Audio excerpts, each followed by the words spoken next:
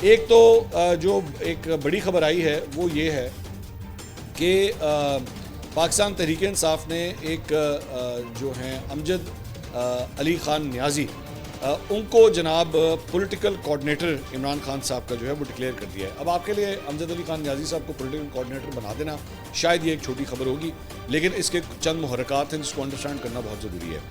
अमजद अली खान न्याजी साहब जो है वो जब पहले इमरान खान साहब के दौरे हुकूमत में MNA थे तो इनको बड़ी एक हाई पोजीशन जो है वो दी गई हुई थी, और स्पीकर डिप्टी स्पीकर के बाद अगर वो नहीं होते थे तो जो चेयर करते थे असेंबली के सेशन को वो अमजद अली खान न्याजी करते थे।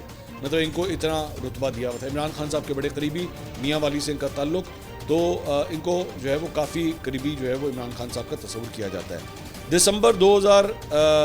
मार्च 2023 में इनको गिरफ़्तार किया जाता है। 9 मई के बाद जो गिरफ्तारियों का सिलसिला शुरू हुआ था उसमें इनको गिरफ़्तार किया जाता है, और इनके ऊपर जो है वो ये इल्ज़ामात यही 9 मई के हवाले से लगते हैं।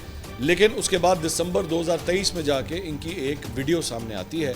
अब ये वीडियो में क्या फरमा रहे थे उस वक्त, इसके अंदर बेसिकली वो यही कह रहे हैं कि जनाब मेरा आज के बाद पाकिस्तान तहरीक इंसाफ से और मेरा सियासत से जो है वो कोई ताल्लुक़ नहीं है।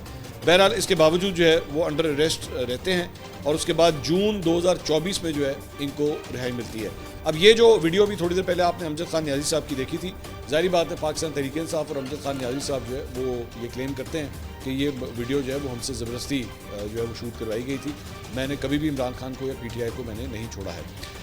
30 मई को जो है वो ये एक नई पंजाब के हवाले से जो है वो एडवाइजरी कमेटी बनाई जाती है, और उसमें अगर आप नंबर 2 के ऊपर ये नाम देखें तो अमजद खान न्याजी, सरदार लतीफ़ खोसा के बाद अमजद खान न्याजी का नाम जो है वो शामिल किया जाता है।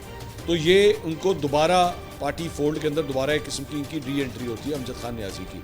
उसके बाद PTI के अंदर एक धड़ा जो है जो इनके अगेंस्ट है अमजद खान न्याजी के, वो इनके अगेंस्ट ट्वीट्स करना शुरू करता है, इनके खिलाफ जो है वो वीडियो बयान जारी करना शुरू करता है कि जी इनको क्यों वापस लिया गया है, इन्होंने तो पार्टी छोड़ दी थी।